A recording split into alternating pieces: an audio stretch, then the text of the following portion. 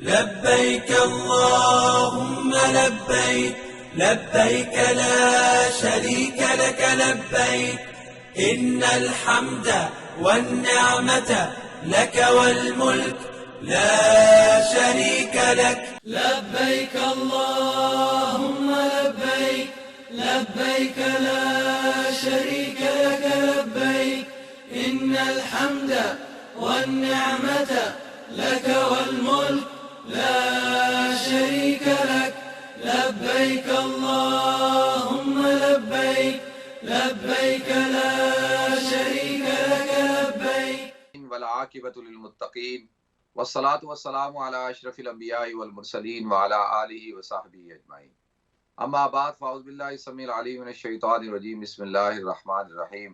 واذکر فی الکتاب اسماعیل انہ کان صادق الوعد وکان رسولا نبیا وکان یأمر اہلہ بالصلاۃ والزکاۃ ما دمت حیا. صدق اللہ العظیم. اللہم صلی علی محمد وعلی آل محمد کما صلیت علی ابراہیم وعلی آل ابراہیم انک حمید مجید.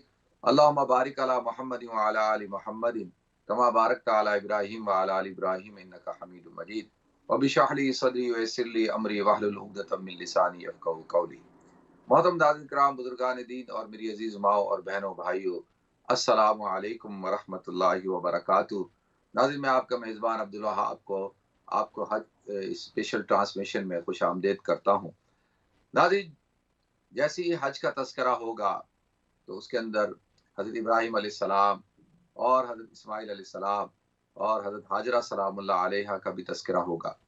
لہذا ناظرین، ہم نے پچھلے پروگرامز میں حضرت ابراہیم علیہ السلام کی سیرت کو بیان کیا اور ان کی جو تاریخ تھی اور ان کی جو ابتلائیں تھیں اس کو بیان کیا.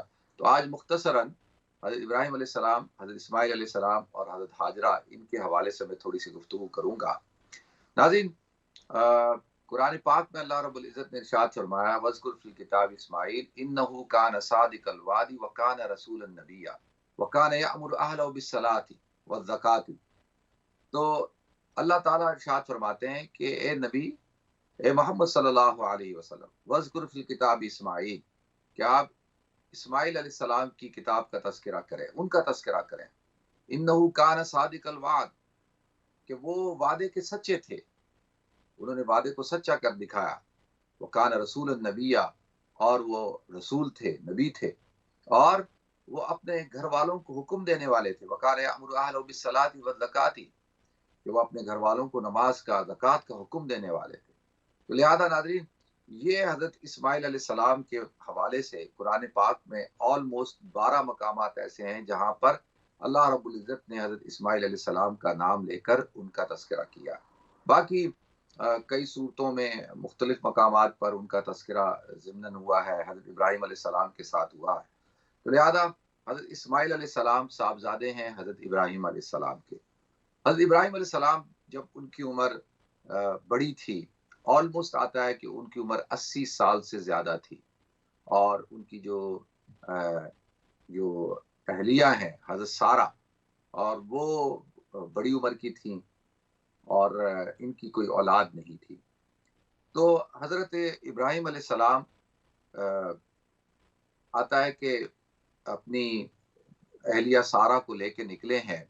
آپ پیدا ہوئے اور کے اندر، جو عراق کے پاس ایک شہر ہے، اور وہاں سے آپ نکل کر ہجرت کر کے آپ آئے ارض فلسطین کے اندر. پھر ارض فلسطین سے آپ جا رہے تھے ایجپٹ، مصر کی طرف.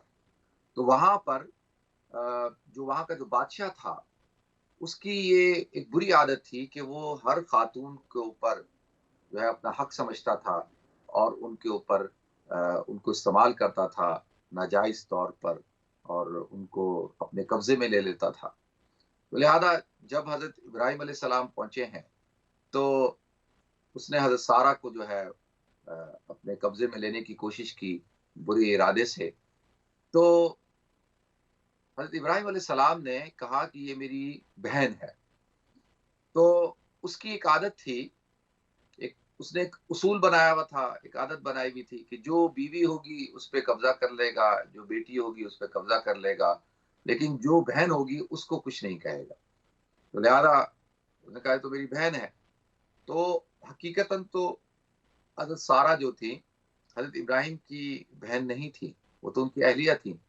تو انہوں نے اس کو کہتے ہیں شریعت کی اصطلاح میں توریہ، کہ یعنی ایسا لفظ بولنا جو ذو معنی ہو اور جس سے ایک معنی لینا مراد ہو. مثال کے طور پہ کہ ہم سب مسلمان آپس میں بہن بھائی ہیں، انما المؤمنون اخوہ، تمام مسلمان مرد عورتیں آپس میں بہن بھائی ہیں.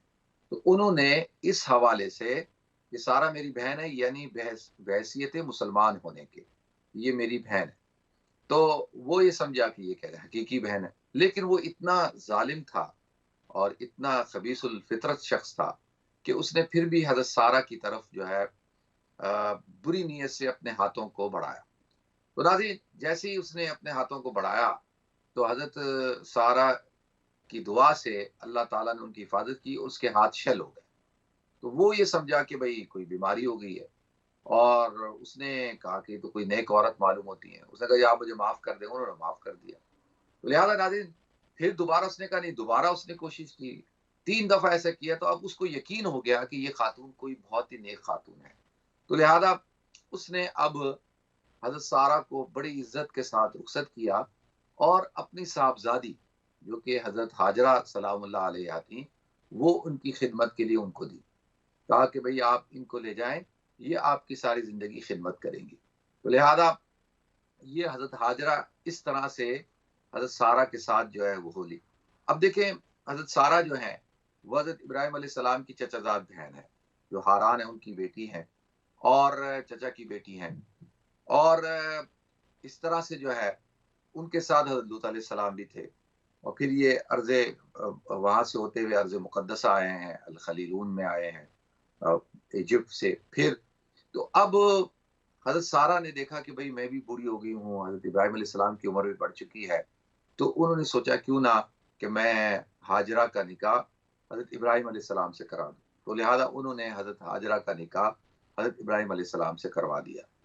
تو اب حضرت ابراہیم علیہ السلام جب بڑی عمر کے تھے تو انہوں نے دعا مانگی اللہ تعالیٰ سے، ربی حبلی من الصالحین، کہ اللہ تو مجھے نیک اولاد عطا فرما. تو اللہ تعالیٰ نے ان کو حضرت اسماعیل علیہ السلام کی بشارت دی، ربی حبلی من الصالحین فبشرناہ بغلام علیم. اللہ کہتا ہے ہم نے ان کو ایک سمجھدار، ایک حلیم نوجوان کی، بردبار نوجوان کی بشارت دی. تو لہذا اس عمر میں، بڑی عمر میں اللہ تعالیٰ نے حضرت ابراہیم علیہ السلام کو حضرت اسماعیل علیہ السلام عطا کیے. اور یہ جو پروپوگنڈا کیا جاتا ہے کہ حضرت ہاجرہ لونڈی تھی، بادی تھی، ایسا ہرگز نہیں ہے. وہ ایک مصر کے بادشاہ کی بیٹی تھی، بلکہ اگر یہ کہا جائے کہ وہ تو شہزادی تھی، اور اللہ تعالیٰ نے ان کی نسل سے حضرت اسماعیل علیہ السلام کو پیدا کیا. ابراہیم کا مطلب ہوتا ہے ناظرین، اب عربی زبان میں کہتے ہیں باپ کو، رائم کہتے ہیں جمہور کو. کس کو؟ یہ کلدانی زبان کے اندر یا عبرانی زبان کے اندر کہتے ہیں قوم کو، یعنی قوم کا والد ابراہیم. تو اب یہ ہم ابراہیم علیہ السلام بولتے ہیں، ابراہیم کی بجائے ابراہیم بولتے ہیں. اور حضرت ہاجرہ کا جو نام تھا وہ، ان کا نام اصل میں جو تھا وہ آجرہ تھا، یعنی وہ خاتون جو کہ اجرت کے طور پہ دی گئی. اور پھر یہ کیونکہ انہوں نے ہجرت کی ہے فلسطین سے بیت اللہ، تو اس وجہ سے ان کو ہاجرہ کہا جانے لگا. تو یہ الحمدللہ بڑے شوق سے اور بڑی خوشی کے ساتھ جو ہے وہ حضرت ابراہیم علیہ السلام کے ساتھ وقت گزار رہی تھیں. تو حضرت اسماعیل علیہ السلام ابھی بہت چھوٹے تھے، شیر خوار بچے تھے. اب شیر خوار سے مراد یہ ہے کہ دودھ پیتا بچہ. اب دودھ پیتا بچہ تو ناظرین 2 سال کا ہوتا ہے، تو آلموسٹ آپ کہہ سکتے ہیں کہ بھئی 1 مہینے سے لے کے، کچھ کتابوں میں آتا ہے کہ 7-8 مہینے عمر تھی، کچھ آتا ہے 5-6 مہینے تھی، کچھ مطلب، لیکن تھے شیر خواری. تو اللہ رب العزت کا حکم ہوا کہ آپ ہاجرہ کو اور اپنے شیر خوار بچے کو لے جا کر مکہ المکرمہ کے اندر جو ہے چھوڑا ہے. لہٰذا ناظرین آتا ہے کہ یہ بھی بہت بڑی آزمائش تھی کہ ایک وادی، ایسی ویران وادی جہاں پہ کوئی انسان نہیں رہتا، وہاں پر اللہ تعالیٰ کی طرف سے حکم ہوا. تو لہٰذا جب حضرت ابراہیم علیہ السلام لے کے آئے حضرت ہاجرہ کو اور حضرت اسماعیل کو چھوڑنے کے لیے، تو اب دیکھیں جب حضرت ابراہیم واپس ہوئے ہیں تو حضرت ہاجرہ حضرت ابراہیم کی سواری کے ساتھ ساتھ بھاگ رہی ہیں اور کہہ رہی ہیں کہ ابراہیم یہ بتاؤ تم نے ہمیں یہاں کیوں چھوڑا. تو اچھا وہ پہلے سمجھ رہی ہیں کہ انہوں نے ہمیں خود سے چھوڑا ہے، لیکن حضرت ابراہیم علیہ السلام نے کہا نہیں، مجھے اللہ کا حکم ہوا ہے کہ میں جو ہے اس بچے کو یہاں پہ چھوڑوں. تو لہذا جیسے ہی ان کو پتا لگا کہ اللہ کا حکم ہے تو انہوں نے صبر کیا، اور وہاں پہ جیسے میں نے کل بھی عرض کیا تھا کہ وہاں اب بیٹھ گئے. تو حضرت ابراہیم علیہ السلام نے جو ہے وہ ایک تھیلا تھا جس میں کھجور تھی اور ایک پانی کا مشکیزہ چھوڑ دیا تھا. تو پانی کا مشکیزہ جو ہے وہ ختم ہو گیا. اب بڑی پریشان پیاس کی وجہ سے، اور جو ہے وہ ادھر سے ادھر بھاگ رہی ہیں. تو یہ جو صفا اور مروہ کی جو سعی ہے وہ ان کی یادگار ہے. اور جیسے میں نے عرض کیا تھا کہ اللہ رب العزت نے حضرت ابراہیم علیہ السلام کے صاحبزادے حضرت اسماعیل علیہ السلام کے پاؤں کی رگڑ سے حضرت جبریل علیہ السلام کو حکم دیا کہ آپ اپنا پر ماریں، اور وہاں پر اللہ تعالیٰ نے زمزم کے کنویں کو جاری کر دیا. حضور اکرم صلی اللہ علیہ وسلم ارشاد فرماتے ہیں کہ زمزم جو ہے یہ وہ پانی ہے جس کے اندر شفا بھی ہے اور جس کے اندر غذا بھی ہے. الماء زمزم لما شرب له، کہ زمزم کا پانی جو ہے جس مقصد کے لیے پیا جائے اس مقصد کے لیے کافی ہوتا ہے. یعنی غذا بھی ہے، اور یہ پیاس کو بھی بجھاتا ہے، بھوک کو بھی مٹاتا ہے، اور بیماریوں کو بھی ختم کرتا ہے، اور دوا بھی ہے اور دعا بھی ہے. یعنی اب آپ اندازہ کریں کہ اتنا اس پانی کے اندر اللہ تعالیٰ نے برکات رکھی ہیں. تو حضرت حاجرہ نے کہا زم زم، ٹھہر جا. تو آتا ہے کہ اگر وہ زمزم نہ کہتی کہ اس پانی کو، تو یہ پانی جو ہے اب جو ابھی تو کنویں کی شکل میں ہے نا، تو اب پھر کنویں کی شکل میں نہیں ہوتا بلکہ یہ تالاب بن جاتا، ایک چھوٹا سا جو ہے وہ جوہر بن جاتا، یعنی نہر بن جاتی. تو اللہ تعالیٰ نے اصل تو اور پانی جو ہے وہ تو کیونکہ وہ تو مقدس جگہ ہے، زمزم کا کنواں جو ہے وہ تو بیت اللہ کے پاس ہے. اگر وہاں پہ تالاب بن جاتا اور ایک چھوٹی سی لیک بن جاتی تو پھر بیت اللہ طواف کرنے والے اور ان کے لیے وہ کیسے ممکن ہوتا کہ آئندہ آنے والے زمانے میں. تو اللہ تعالیٰ نے اس طریقے سے زمزم کے پانی کو جاری فرما دیا. تو حضرت ابراہیم علیہ السلام، حضرت اسماعیل علیہ السلام اور حضرت حاجرہ کی جو عظیم قربانی ہے، یہ تینوں کی قربانی ہے کہ تینوں نے اللہ کے حکم کو پورا کرتے ہوئے یہ قربانی دی، اور کس طریقے سے جو ہے یہ یہاں پہ بیت اللہ میں ان کو ٹھہرایا. اور اللہ تعالیٰ نے اس کے نتیجے میں قیامت تک کے آنے والے مسلمانوں کو یہ زمزم کے پانی کی برکات عطا فرمائی، یہ فیض عطا فرمایا. تو لہٰذا ناظرین اس طرح سے حضرت جو حاجرہ ہیں اور اسماعیل ہیں وہ وہاں پر ان کا قیام ہو گیا. اور کچھ دن ہوئے حضرت حاجرہ بڑی پریشان کہ بالکل اکیلی ہیں، تنہا ہیں، اور اللہ تعالیٰ دیکھیں ان کی اپنی ذاتی خواہش بھی ہوگی کہ کوئی انسان ہو یہاں پہ جن کے ساتھ وہ زندگی گزارے. دیکھیں انسان جو ہے وہ ایک انسیت رکھتا ہے، وہ اکیلے زندگی گزارنا نہیں چاہتا، اور وہ چاہتا ہے کچھ لوگ اس کے ساتھ ہوں، کچھ افراد اس کے ساتھ ہوں. تو قبیلہ بنو جرہم جو ہے وہ اکثر ٹریول کرتا تھا اسی راستے سے. تو جب وہ ٹریول کر رہے ہیں تو انہوں نے دیکھا کہ کچھ پرندے اڑ رہے ہیں. تو بڑے حیران ہوئے کہ پرندے یہاں پہ کہاں سے آ گئے. ناظرین پرندے وہاں پہ ہوتے ہیں جہاں پہ سرسبزہ ہو یا جہاں پہ پانی ہو. تو انہوں نے کہا اچھا بھی دیکھتے ہیں.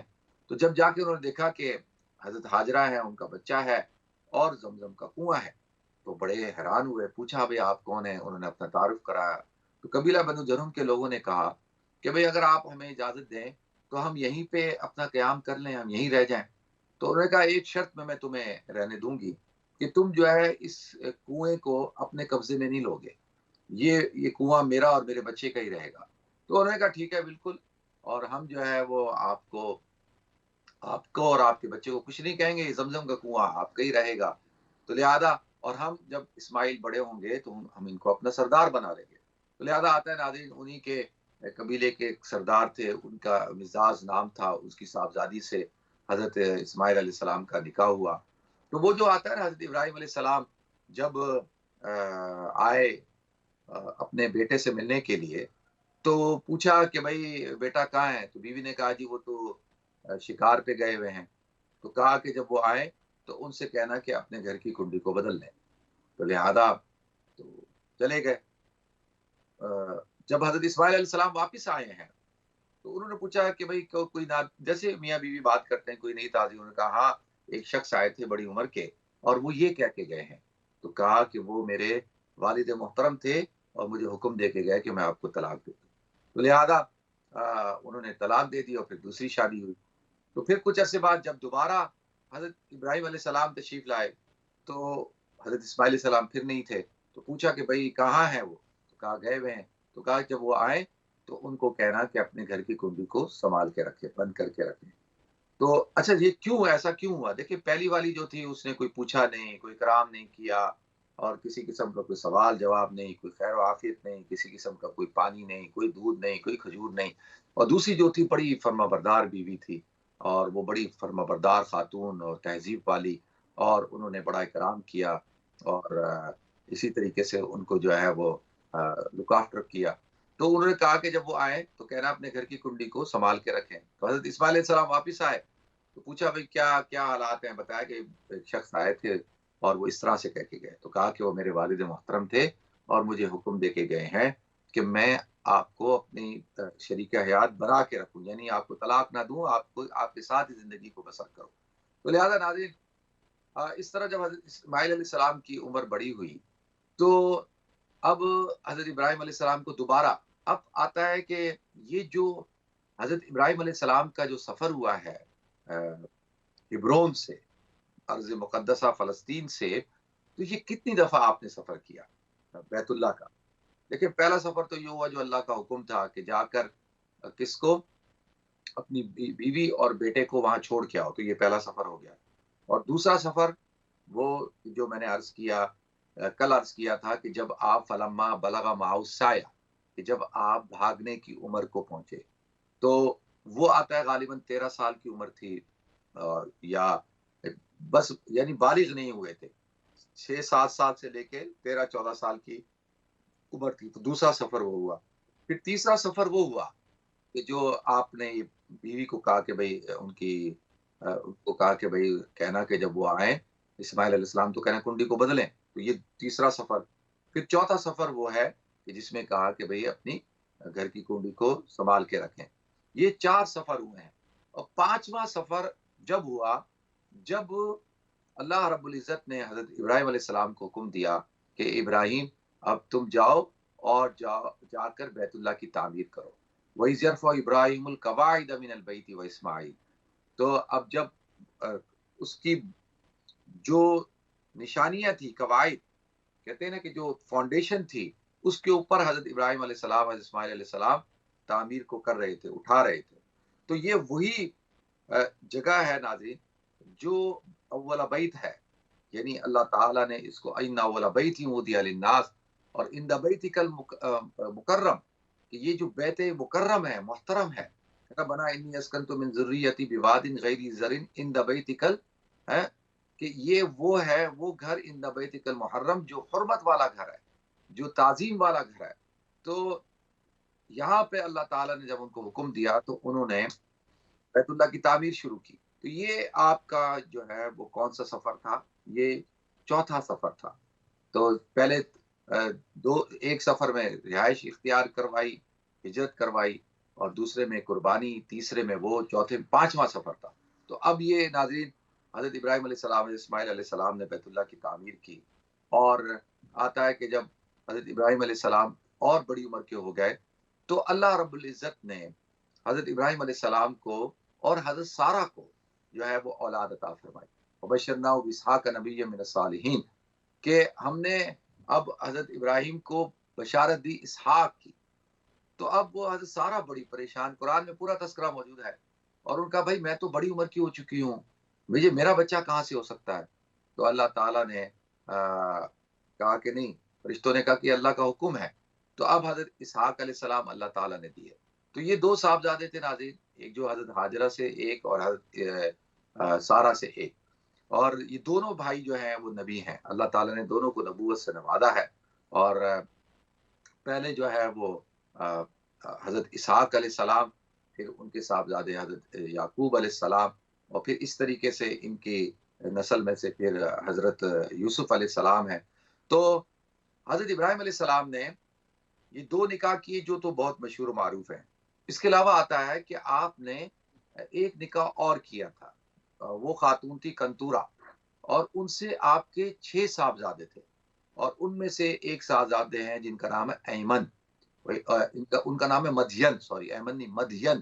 وَإِلَىٰ مَدْيَنَ أَخَاهُمْ شُعَيْبًا، مدین جو ہے وہ حضرت ابراہیم علیہ السلام کے ایک صاحبزادے تھے. تو لہذا 6 صاحبزادے ایک الگ خاتون سے تھے، اور 2 یہ تھے. اور اس کے علاوہ بھی تاریخ کی کتابوں میں آتا ہے کہ ایک اور نکاح انہوں نے کیا تھا، لیکن یہ 2 مشہور و معروف ہیں، اور تیسرا بھی جو ہے اس کا تذکرہ بھی موجود ہے، اور چوتھے کا تذکرہ اتنا نہیں ملتا، لیکن ان کے بارے میں آتا ہے کہ انہوں نے ایک اور نکاح بھی کیا تھا. تو لہٰذا ناظرین، حضرت ابراہیم علیہ السلام جو ہے ان کا انتقال ہوا کہاں پر؟ الخلیل میں. الحمدللہ اللہ رب العزت کا فضل و احسان ہے کہ اللہ تعالیٰ نے مجھے کئی دفعہ یہ سعادت عطا فرمائی کہ میں الخلیل جو شہر ہے فلسطین کا، جس کو ہبرون بھی کہتے ہیں، وہاں بھی میں گیا ہوں، اور وہاں ان کی جو مسجد ابراہیمی ہے وہاں پہ ان کا مزار ہے، قبر مبارک ہے، اور وہاں پہ حضرت اسحاق کی اور حضرت یعقوب کی بھی قبر ہے. تو لہذا حضرت رفقہ کی بھی ہے اور حضرت سارہ کی بھی ہے. تو لہذا حضرت اسحاق علیہ السلام اور حضرت اسماعیل علیہ السلام نے اپنے والد محترم کی وہاں پہ تدفین کی الخلیلون میں، جس کو الخلیلون بھی کہا جاتا ہے. اس کو خلیلون اس لیے کہا جاتا ہے کہ واتخذ اللہ ابراہیم خلیلا، کہ اللہ تعالیٰ نے حضرت ابراہیم کو اپنا دوست بنایا. تو لہذا ناظرین، اب حضرت اسماعیل علیہ السلام جو ہے ان کی رہائش تھی کہاں پہ؟ مکہ المکرمہ میں، اور حضرت ہاجرہ کا انتقال ہو گیا مکہ المکرمہ میں. حضرت ہاجرہ کے بارے میں آتا ہے کہ ان کی قبر اور حضرت اسماعیل علیہ السلام کی قبر کہاں ہے. تو بعض روایات میں آتا ہے کہ یہ جو حتیم ہے، حتیم میں حضرت اسماعیل علیہ السلام کی اور حضرت ہاجرہ سلام اللہ علیہ کی قبور جو ہیں وہ یہاں پہ ہیں. بعض کا آتا ہے کہ حجر اسود اور مقام ابراہیم کے درمیان ہے. تو واللہ عالم بالصواب کہ حتیم میں ہے یا حجر اسود کے پاس ہے، لیکن ان دونوں حضرات کی قبور جو ہے وہیں حرم میں ہے. اللہ تعالیٰ نے ان کی وہاں پہ تدفین کی. تو لہذا ناظرین، اس طرح سے حضرت اسماعیل علیہ السلام ہے. پھر اللہ تعالیٰ نے حضرت اسماعیل علیہ السلام کی نسل سے حضور اکرم صلی اللہ علیہ وسلم کو پیدا فرمایا. لہذا ناظرین، یہ حضرت اسماعیل علیہ السلام کی تھوڑی سی تاریخ ہے اور ہسٹری ہے. تو اب حضرت اسحاق علیہ السلام سے جو ہے وہ حضرت یعقوب کی نسل سے پھر جو ہے وہ یہ حضرت یوسف، اور پھر یہ آگے چلتے جو ہے وہ آخری جو نبی ہیں جو بنی اسرائیل کے ہیں وہ حضرت عیسیٰ علیہ السلام ہیں. تو لہذا ان جو بنی اسرائیل کی نبوت وہاں پہ ختم ہو گئی، اور پھر بنی اسماعیل، یعنی چلیں ایسا کہیں کہ بنی اسحاق کی، بنی اسماعیل میں سے جو ہے اللہ تعالیٰ نے پھر کس کو نبی بنایا؟ حضور اکرم صلی اللہ علیہ وسلم کو نبی بنا کر مبعوث فرمایا. تو لہذا آتا ہے ناظرین کہ حضرت ابراہیم علیہ السلام اور حضرت اسحاق علیہ السلام کی جو نسل ہے اس میں سے آلموسٹ 35 سے 40 ہزار کے قریب انبیاء کرام آئے. تو یعنی ایسے نہیں کہ ان کو ابو الانبیاء کہا جاتا ہے حضرت ابراہیم علیہ السلام کو.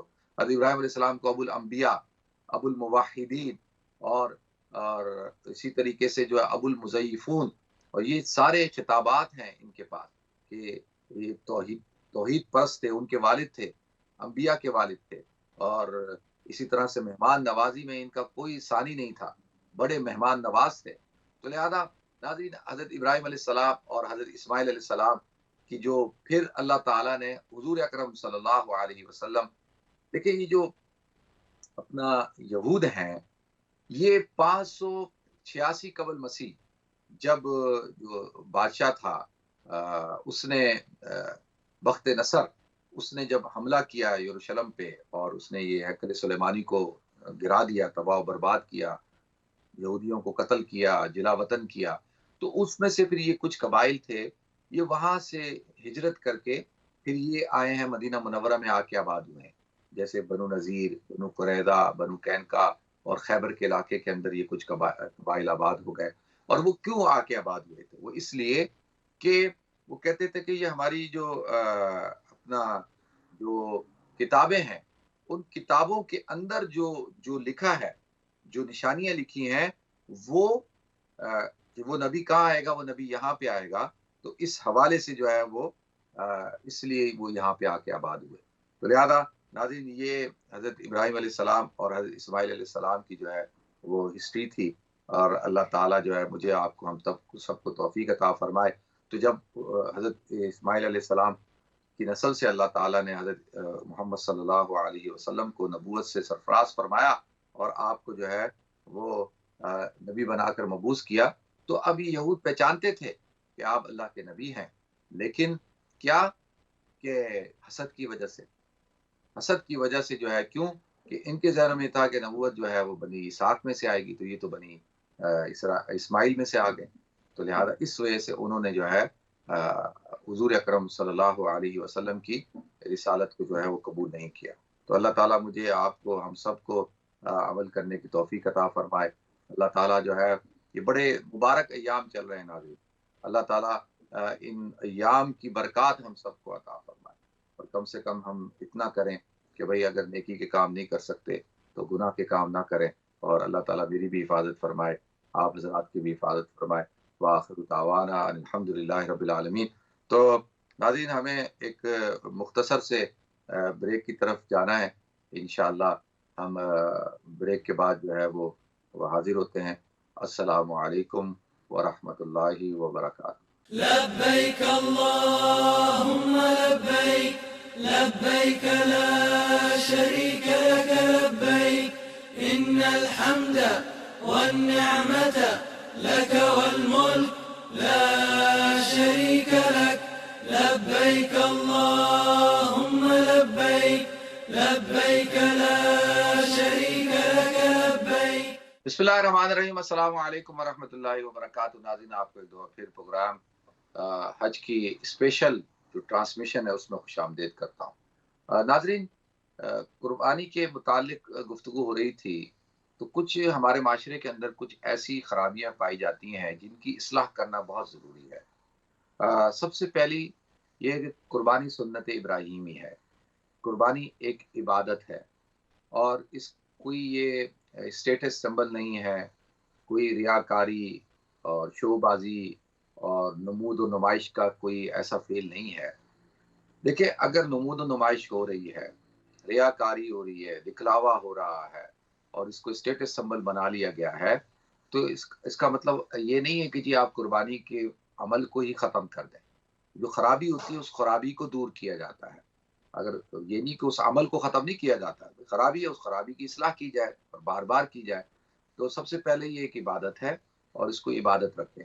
اور یہ جو ہمارے ہاں ایک ٹرینڈ چل پڑ چکا ہے کہ جی 25 لاکھ کی قربانی، 50 لاکھ کی قربانی، 1 کروڑ کی قربانی، 1.5 کروڑ کی قربانی، اور باقاعدہ میلہ لگتا ہے، اور باقاعدہ جو ہے وہ لوگ آ رہے ہیں، دیکھ رہے ہیں، اور جو ہے یہ فلاں علاقے کا بیل ہے، یہ فلاں کا ہے، اور یہ فلاں نسل کا ہے، اور اس کی قیمت اتنی ہے، اس کی قیمت اتنی ہے، اور باقاعدہ لائٹیں لگی ہوتی ہیں، اور رات بھر لوگ جاگ رہے ہوتے ہیں۔ یہ عبادت کے دن ہیں، اور عبادت کے دنوں میں یہ ساری لاہو لایانی ہو گئی، اور بس سارا دن بکروں کو، گایوں کو، بیلوں کو پھرا رہے ہیں، اور گلیوں میں، بازاروں میں، اور یعنی چھوٹتے ساتھ ہی پوچھتے ہیں کتنے کا لیا، کتنے کا ہے، اور یعنی یہ ایک خرابی ہے، اس خرابی کو دور کیا جائے، پہلی بات۔ دوسری بات، یہ تو منڈی کے اندر دیکھیں کچھ خرابیاں پائی جاتی ہیں شرعی طور پر، اور وہ کیا ہیں؟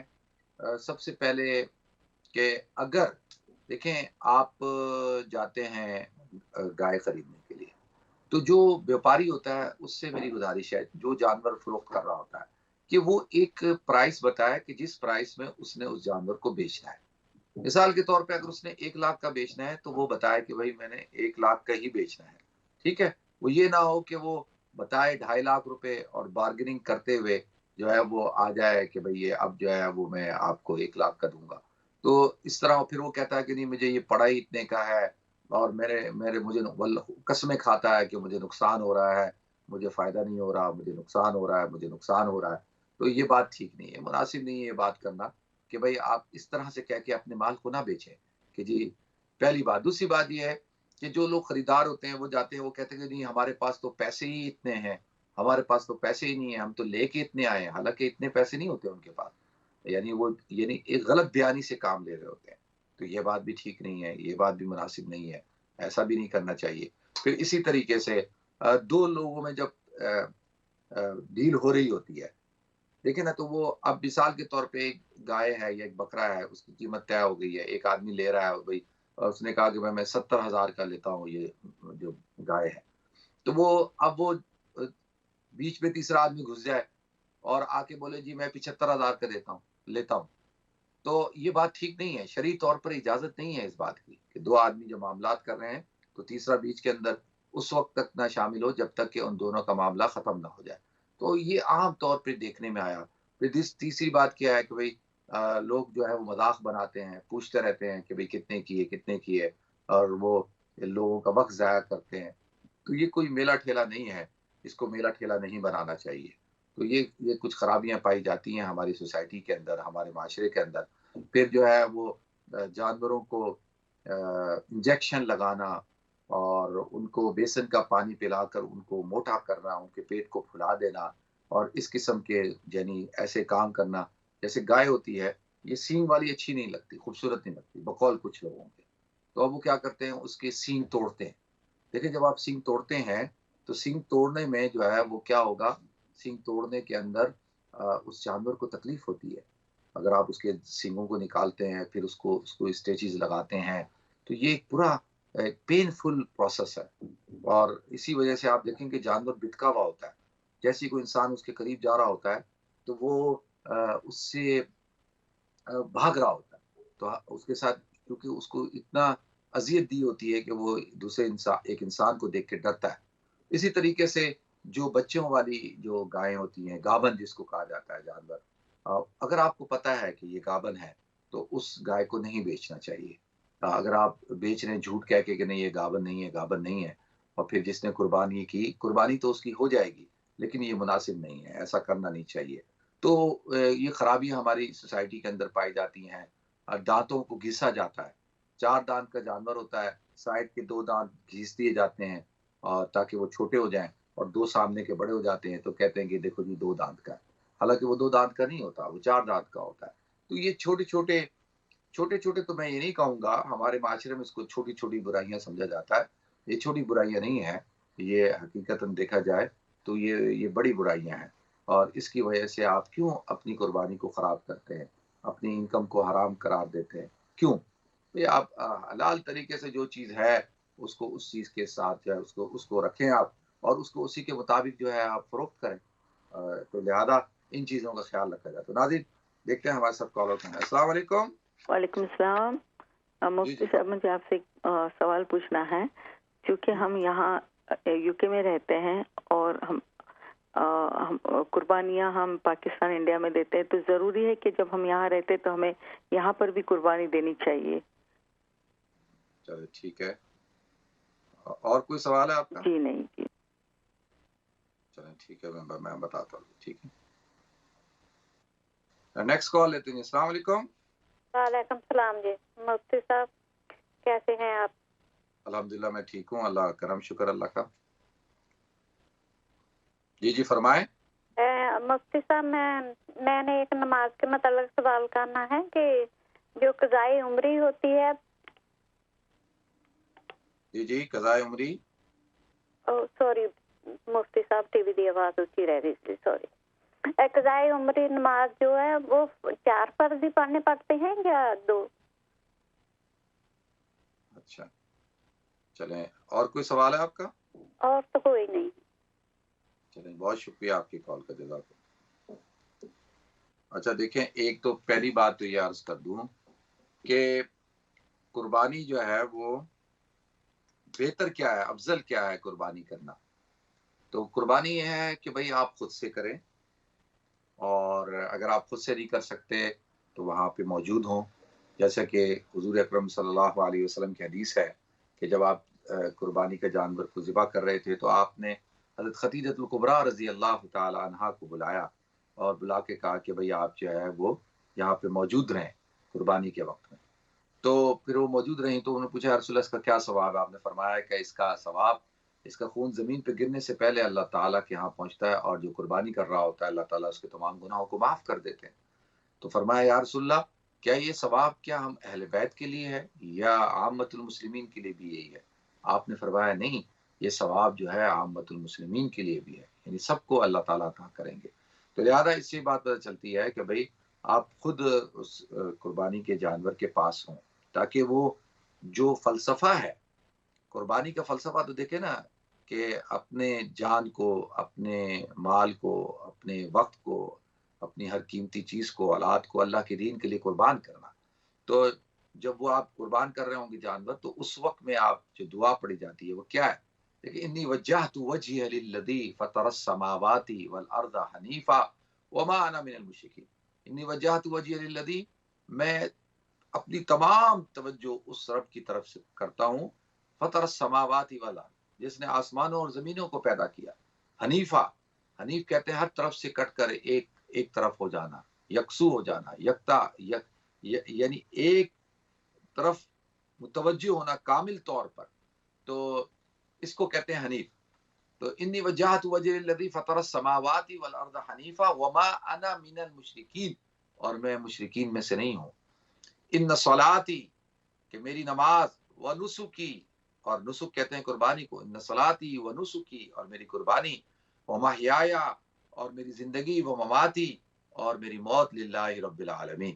یہ للہ رب العالمین، اللہ رب العالمین کے لیے ہے.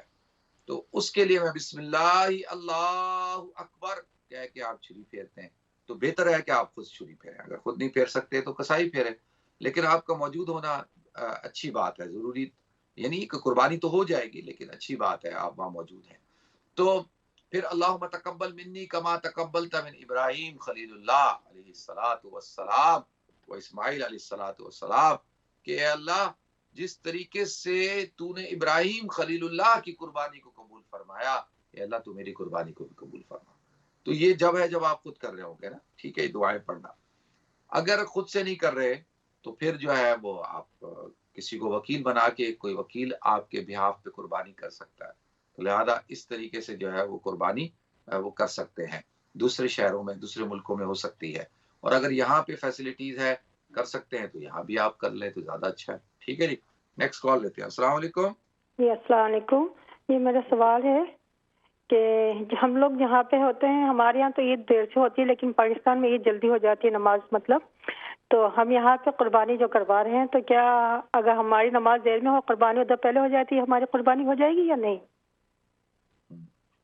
چلیں ٹھیک ہے، میں بتاتا ہوں. شکریہ. ٹھیک ہے جی، بہت شکریہ.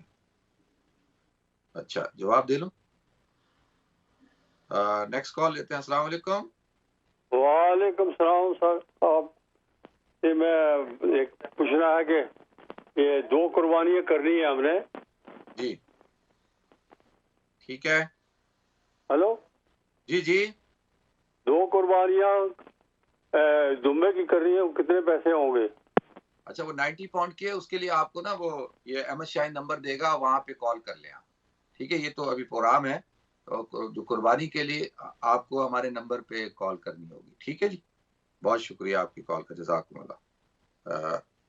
تو اب یہ دیکھیں یہاں پہ وہ اپنا میری بہن نے سوال پوچھا ہے کہ بھائی کہ قضاء عمری جب پڑھی جاتی ہے تو وہ کیا 2 کر کے پڑھتے ہیں یا 4 کر کے پڑھتے ہیں؟ اچھا دیکھیں، میں کبھی کبھی حیران ہوتا ہوں کہ بہت زیادہ جب ہم لوگ ڈیٹیلز میں چلے جاتے ہیں نا، اور ذہن ہمارا یعنی بہت زیادہ گہرائی میں جانا شروع کر دیتا ہے، تو پھر اتنی خرابی ہو جاتی ہے کہ آدمی اصل مسئلے سے اس کا دھیان ہٹ جاتا ہے.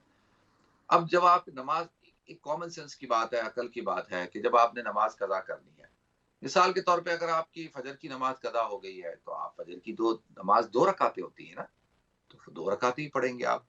اگر آپ کی ظہر کی نماز قضا ہو گئی ہے، یا عصر کی ہو گئی ہے، یا آپ کی عشاء کی نماز قضا ہو گئی ہے، تو وہ تو ہوتے ہی 4 رکعتیں ہیں نا، تو وہ تو آپ نے 4 رکعتیں کر کے پڑھنی ہے نا. 2 رکعتیں کر کے کیوں پڑھیں گے بھائی؟ 4 رکعتیں پڑھیں گے، ظہر پڑھ رہے ہیں، عصر پڑھ رہے ہیں، عشاء پڑھ رہے ہیں، تو آپ 4 رکعتیں پڑھیں گے. اسی طرح سے اگر مغرب کی نماز آپ کی قضا ہو گئی ہے تو آپ مغرب کی 3 رکعتیں پڑھیں گے. اور وطر اگر قضا ہوتے ہیں تو وطر کی 3 رکعتیں ہیں، آپ نے ان کو 3 کر کے پڑھنا ہے، ادا کرنا ہے. ٹھیک ہے جی. تو اب یہ تو ایک اس کے اندر یہ کس نے آپ کو کہا، کہاں سے یہ بات چلی کہ 2 کر کے قضا کریں؟ تو یہ جہاں سے بھی چلی اور عقل کے خلاف ہے. یہ کیسے ایک انسان کہے کہ بھائی میں نے عصر کی نماز پڑھنی ہے تو میں 2 رکعت کر کے پڑھوں، یعنی یا 2 رکعت پڑھوں، یا مغرب عشاء کی 2 رکعت کر 2 رکعت سے، یعنی قاعدہ اولا قاعدہ آخرہ 4 رکعتیں ہوتی ہیں، لیکن ایسے نہیں کہ ایک سلام کے ساتھ ہی پڑھی جائیں گی، جیسے کہ فرض نمازیں اپنے وقت میں پڑھی جاتی ہیں. ٹھیک ہے جی. دوسرا سوال یہ پوچھا تھا کہ جی پاکستان میں تو وقت آگے ہے نا، ٹائم آگے ہے، ہم پیچھے ہیں، وہ 4-5 گھنٹے ہم سے آگے ہیں، تو وہاں تو وقت ہو جاتا ہے. اور اب جیسے صبح مثال کے طور پہ 6 بجے وہاں پہ جو ہے وہ جب 6 بج رہے ہوں گے، صبح صادق کی نماز ہوتی ہے، فجر کی نماز ہوتی ہے، اور اس کے بعد جب ہے جیسے اشراق کا وقت ہوتا ہے تو عید الاضحیٰ کی نماز ہوتی ہے. تو جس وقت وہ عید الاضحیٰ پڑھ رہے ہوتے ہیں ہم تو سو رہے ہوتے ہیں، ہمارے تو اس وقت میں جو ہے وہ ابھی اتنا ٹائم نہیں ہوا ہوتا. تو کیا وہاں پہ اگر کسی نے عید کی نماز پڑھ کے قربانی کر دی تو کیا ہماری قربانی ہو جائے گی؟ یعنی یہاں پہ رہنے والے کی قربانی تو بالکل ہو جائے گی. اس کا ایک اصول ہے، وہ یہ کہ جس جگہ پہ قربانی کی جا رہی ہے، جس مقام پہ قربانی کی جا رہی ہے، وہ وہاں پر وقت ہو چکا ہو. وہاں پہ جب اگر وقت ہے قربانی کا تو بالکل قربانی ہو جائے گی. ٹھیک ہے جی. تو اس سے یہاں کے اس کا کوئی فرق نہیں پڑتا. تو اللہ تعالیٰ مجھے بھی توفیق دے جی، آپ سب حضرات کو توفیق عطا فرمائے. اور خاص طور پر جو حضرات قربانی کر رہے ہیں، دیکھیں اصل قربانی کے اندر کیا ہے؟ قربانی کے اندر اصل ہے قبولیت، اصل کیا ہے؟ خلوص، اور اصل کیا ہے؟ تقویٰ.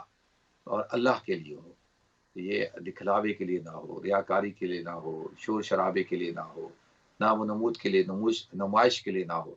تو ان چیزوں کے لیے نہیں ہونی چاہیے. نیکسٹ کال لیتے ہیں. السلام علیکم. السلام علیکم. وعلیکم السلام ورحمۃ اللہ وبرکاتہ. سب ٹھیک؟ الحمدللہ جی، اللہ کرم، شکر اللہ کا. جی راجا میں نے یہ سب پوچھا تھا کہ اگر جیسے مطلب صبح کی جو اشراق کی نماز 6 بجے ہوتی ہے تو اس کے بعد جو مطلب چاش کی نماز 1.5 گھنٹے بعد ہوتی ہے کہ یا پھر وہ میں نے کہیں سے پڑھا تھا کہ وہ 10 اور 11 کے درمیان میں ہوتی ہے؟ تو برائے مہربانی بتا دیجیے. السلام علیکم ورحمۃ اللہ وبرکاتہ. ٹھیک ہے جی، میں بتاتا ہوں. بہت شکریہ. نیکسٹ کال لیتے ہیں. السلام علیکم. وعلیکم السلام جی. آپ کا پروگرام جو ہے حج کے حوالے سے ہے یا کسی اور ٹاپک پہ بھی کسی اور ٹاپک پہ بھی پوچھ سکتے ہیں، ضروری تو نہیں ہے کہ قربانی یا اس کے اوپر ہی پوچھیں. جی میں یہ پوچھنا چاہتی ہوں کہ اسلام میں ہے کہ بچے جو ہیں وہ ماں باپ کے سامنے اف بھی نہیں کر سکتے. ہلو جی جی. تو جو پاکستان میں قانون پاس ہوا ہے کہ بچوں کے سامنے ماں باپ بھی اف نہیں کر سکتے، تو یہ ہمارے علماء کرام کو ایک بھی مسلمان زندہ ہوتا تو اتنی مدینہ کی ریاست پر جو حملہ ہوا ہے اور ہمارے اسلام کے اوپر جو حملہ ہوا ہے خاندانی قانون کے حساب سے، تو یہ جو علماء کرام ہیں اس طرح مطلب اتنی سیائی جو ان کی حمایت میں جو علماء نکلے تھے وہ کہاں سوئے ہوئے ہیں؟ کوئی اچھا چلیں جی، ٹھیک ہے، میں بتا دیتا ہوں آپ کو. ٹھیک ہے. اچھا، ایک تو میری بہن نے جو پہلے سوال پوچھا تھا کہ بھئی وہ اشراق کی نماز پڑھ کے چاش کی نماز کا وقت کب ہوتا ہے، تو میں نے عرض کیا تھا کہ چاش کی نماز کا وقت جو ہے وہ شروع ہو جاتا ہے اشراق کے 1.5 گھنٹے کے بعد. تو 1.5 گھنٹے کے بعد آپ پڑھ سکتے ہیں، اور وہ زوال سے پہلے پہلے تک رہتا ہے. ٹھیک ہے، زوال سے پہلے پہلے تک رہتا ہے، اس وقت تک آپ پڑھ سکتے ہیں. باقی جو میری بہن نے سوال پوچھا ہے کہ بھئی اسلام پاکستان میں اگر یہ جو ایک فیملی لا کے حوالے سے کوئی قانون سازی ہوئی ہے. اچھا، آپ دیکھیں یہ جو کہتی ہیں نا آپ کہ جی علماء نے کچھ نہیں کیا، بالکل کیا ہے، سب نے کیا. آواز اٹھائی گئی ہے، اسمبلی میں آواز اٹھائی گئی، اور علماء نے بالکل اس پہ بالکل تحریک چلائی ہے، اور سوشل میڈیا کے اوپر پورا اس کے اوپر جو ہے وہ ایک مہم چلائی گئی، جس کے نتیجے میں پھر اس پہ نوٹس لیا گیا اور یہ اپنا اسلامی نظریاتی کونسل کو بھیجا گیا ہے. تو اسلامی نظریاتی کونسل جو ہے وہ اس کے اوپر غور و فکر کر رہی ہے اور دیکھ رہی ہے کہ اس کے اندر کون کون سی چیزیں ہیں جو کہ اسلام سے متصادم ہے، اور ان کو پوری رپورٹ بنا کے وہ اب وفاقی کابینہ کو پیش کی جائے گی، اور اس کے بعد اس کے اوپر پھر دوبارہ غور و فکر ہوگا، دوبارہ بحث ہوگی، اور اس کو ترمیم کر کے دوبارہ سے پیش کیا جائے گا. ٹھیک ہے جی. تو ایسا ہرگز نہیں ہے کہ جی آپ یہ سمجھ رہی ہیں کہ علماء نے کچھ نہیں کیا. تو بالکل علماء نے کیا ہے اور انہوں نے اپنا کردار ادا کیا، وہ الگ بات ہے. دیکھیے میری بہن، آج جو ہے نا جو کچھ آپ کو نظر آ رہا ہوتا ہے نا، وہ کہاں سے نظر آتا ہے؟ وہ آپ کو نظر آتا ہے میڈیا کے ساتھ. جب آپ میڈیا میں دیکھتے ہیں، میڈیا میں اگر کسی چیز کو نہیں دکھایا جائے تو آپ لوگ سمجھتے ہیں کہ وہ چیز ہوئی نہیں ہے. جب میڈیا پہ دکھائی جاتی ہے تو کہتے ہیں اچھا جی ہم نے میڈیا پہ دیکھا ہے. تو لہذا کیونکہ کنٹرول ہے نا ایوری تھنگ یہاں پہ، تو کنٹرول کی ہوئی ہے پاکستان کے اندر. تو وہ جو بیچارے علماء جمعوں میں بیان کیا اور تحریریں لکھی، اب تحریریں لکھتے ہیں، تقریریں کرتے ہیں، تو وہ ایک طبقہ سنتا ہے، لیکن وہ تو نہ میڈیا پہ آتی ہیں، نہ اخباروں پہ آتی ہیں، نہ کہیں پہ. اب سوشل میڈیا ایک پلیٹ فارم ہے، اس کے اوپر وہ شیئر ہوئی، وہ بھی جتنی ہو سکتی ہوں. اور اب بھی اس میں بھی یہ حال ہے کہ اگر آپ اس کے اندر کچھ ایسا لکھ دیں گے تو فیس بک والے آپ کو بینڈ کر دیتے ہیں، وہ تحریر کو ریموو کر دیتے ہیں، اس ویڈیو کو ہٹا دیتے ہیں. تو لہذا یہ تو اس وقت ایسے ہی معاملات ہیں. تو ہمیں بدگمانی کا جو ہے وہ مظاہرہ نہیں کرنا چاہیے. ہمارے اندر یہ ہونا چاہیے کہ دیکھیں ایسا ہرگز نہیں ہے کہ جی ہر عالم دین ماشاءاللہ اپنا کردار ادا کر رہا ہے. بس وہ اتفاق ہے کہ جی میں نے خود پروگرام کیا اس کے اوپر، آپ نے شاید نہیں دیکھا، میں نے پروگرام کیا ہے اور یہاں پہ بھی کیا، پھر وہ پروگرام اپلوڈ کیا گیا، یوٹیوب پہ اپلوڈ کیا گیا. تو جہاں تک ہماری کوشش تھی ہم نے اس پہ بات کی ہے، بالکل کی ہے، اور آئندہ بھی کریں گے انشاءاللہ. باقی رہ گئی بات، دیکھیں پاکستان کے اندر یہ جو آپ کہتے ہیں نا بار بار مدینہ کی ریاست، مدینہ کی ریاست، ایک شخص اگر نام لے رہا ہے اور اگر اس کی یہ نیت ہے اور تو دعا کرے نا. میں تو لوگوں سے کہتا ہوں کہ بھائی اس کو تانا نہ بنائے بلکہ دعا کرے کہ اللہ تو اس شخص سے کام لے لے کہ بھائی پاکستان کے اندر نظام مصطفیٰ قائم ہو جائے، اسلام کا جو نظام ہے وہ قائم ہو جائے، مدینہ کی ریاست قائم ہو جائے. تو اس میں برائی کیا ہے؟ تو اگر نام لے رہا ہے لیکن اس کو تانا دینے کی ضرورت نہیں ہے. جی ہمیں اپنا خیال رکھنا چاہیے، جو ہے اس طرح سے جو ہے وہ اپنے الفاظ پر غور و فکر کرنا چاہیے. ٹھیک ہے جی، اللہ تعالیٰ مجھے آپ کو ہم سب کو عمل کرنے کی توفیق عطا فرمائے. تو لہذا ناظرین اگر کال ہے تو کال لے لیں، ورنہ انشاءاللہ یہ تو قربانی کے حوالے سے جو ایام چل رہے ہیں، یہ حج کے ایام ہیں ماشاءاللہ، اور تھوڑے لوگ ہی حج کریں گے لیکن کریں گے ضرور انشاءاللہ، اور حج کی عبادت کو ادا کریں گے انشاءاللہ. 8 ذی الحجہ کو پیر کا دن جو ہے وہ یوم عرفہ کا دن ہے. تو انشاءاللہ آپ حضرات سے میری ملاقات ہوگی یوم عرفہ کے دن صبح کے وقت میں. لیکن اس سے پہلے چند باتیں عرض کر دوں کہ بھئی ایک تو یہ کہ بھئی یوم عرفہ کا دن کا روزہ رکھنا جو ہے وہ سنت ہے. اللہ کے رسول صلی اللہ علیہ وسلم نے ارشاد فرمایا عرفہ کا دن کا روزہ 1 سال ماہ قبل اور 1 سال ماہ بعد کے گناہوں کا کفارہ ہوتا ہے. ماشاءاللہ یہ بڑی بات ہے. اللہ تعالیٰ ہم سب کو عمل کرنے کی توفیق عطا فرمائے. تو یہ اہم روزہ ہے یوم عرفہ کا روزہ، اور یہ آپ حضرات سے گزارش ہے کہ یہ پیر کے دن یوم عرفہ ہوگا، اس دن آپ روزہ رکھیں. اور جو 9 ذی الحجہ کی جو صبح فجر کے بعد سے لے کے 13 ذی الحجہ کی عصر تک، اس کو ایام تشریق کہا جاتا ہے. تو لہذا ان دنوں کے اندر تکبیرات تشریق پڑھی جاتی ہیں ہر نماز کے بعد. اللہ اکبر لا الہ الا اللہ واللہ اکبر وللہ الحمد.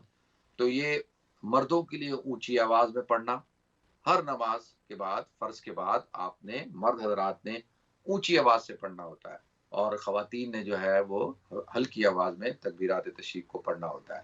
اچھا اب یہ دیکھیں اس کا پس منظر کیا کہ جب حضرت ابراہیم علیہ السلام حضرت اسماعیل علیہ السلام پر چھری پھیر رہے ہیں تو اللہ اکبر لا الہ الا اللہ یہ پڑھتے ہیں، اور حضرت اسماعیل سن کے کہتے ہیں اللہ اکبر لا الہ الا واللہ اکبر اللہ اکبر واللہ اکبر، یعنی وہ اس طرح پڑھتے ہیں واللہ اکبر. اور پھر اس کے جواب میں جب اللہ تعالیٰ اس دمبے کو حضرت اسماعیل علیہ السلام کی جگہ پہ اتارتے ہیں تو وہ پڑھتے ہیں حضرت ابراہیم علیہ السلام وللہ الحمد. تو اب یہ ہر مسلمان ہر نماز کے بعد اللہ اکبر لا الہ الا اللہ واللہ اکبر وللہ الحمد. اچھا پھر 10 ذی الحجہ کو یوم النحر کو الحمدللہ ہم فجر کی نماز پڑھیں گے، پھر عیدگاہ جائیں گے اور عید الاضحیٰ کی نماز کو ادا کریں گے. اور اس کی سنت کیا ہے کہ وہی نہا دھو کے خوشبو لگا کے اور تیار ہو کے ہم جائیں گے انشاءاللہ، اور کچھ کھائے پیے بغیر. جو حضرات تو قربانی کر رہے ہیں یہاں پہ تو ممکن نہیں ہے ایسا ہو کہ، لیکن واپس آ کے کچھ کھا لیں، جاتے ہوئے کچھ نہ کھائیں، واپس آ کے کھا لیں. اور جو حضرات اور ملکوں میں جو قربانی کرتے ہیں تو وہ پھر سنت یہ ہے کہ وہ اپنی قربانی کے گوشت سے کھائیں. تو یہ سنت ہے عید الاضحیٰ کی نماز پڑھنا، تو لہذا اس کا اہتمام کریں. تو یہ جو میں نے بتا دیا آپ نے کتنے کام کر رہے ہیں. تکبیرات تشریق کا اہتمام کرنا ہے، اور 9 ذی الحجہ یوم عرفہ کے دن کا روزہ رکھنا ہے، اور پھر جو 10, 11 اور 12 یہ 3 روزے رکھنا، ان 3 دنوں کے اندر روزے رکھنا جو ہے حرام ہے، روزے رکھنا منع ہے. تو لہذا ہمیں ان باتوں کا اہتمام کرنا چاہیے. اللہ تعالی ہم سب کو عمل کرنے کی توفیق عطا فرمائے.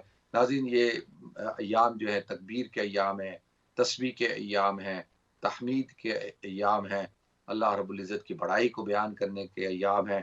کثرت کے ساتھ اللہ کی بڑائی کو بیان کریں، تکبیرات کا اہتمام کریں، تسبیحات کا اہتمام کریں، اور ذکر اذکار کا اہتمام کریں، اور دعاؤں میں اپنے آپ کو لگائیں. بہت مبارک دن ہیں اور مبارک ایام ہیں. اللہ تعالیٰ مجھے آپ کو ہم سب کو عمل کرنے کی توفیق عطا فرمائے. وآخر دعوانا الحمدللہ رب العالمین. تو ناظرین، انشاءاللہ آپ حضرات سے یوم عرفہ کے دن صبح انشاءاللہ 12 بجے ملاقات ہوگی. اپنا خیال رکھیے گا، اپنی دعاؤں میں یاد رکھیے گا. السلام علیکم ورحمۃ اللہ وبرکاتہ. لبيك اللهم لبيك لبيك لا شريك لك لبيك إن الحمد والنعمة لك والملك لا شريك لك. لبيك اللهم لبيك لبيك لا شريك لك لبيك إن الحمد والنعمة لك والملك لا شريك لك. لبيك اللهم لبيك لبيك لا شريك لك لبيك. لبيك اللهم لبيك لبيك لا شريك لك لبيك إن الحمد والنعمة لك والملك لا شريك لك.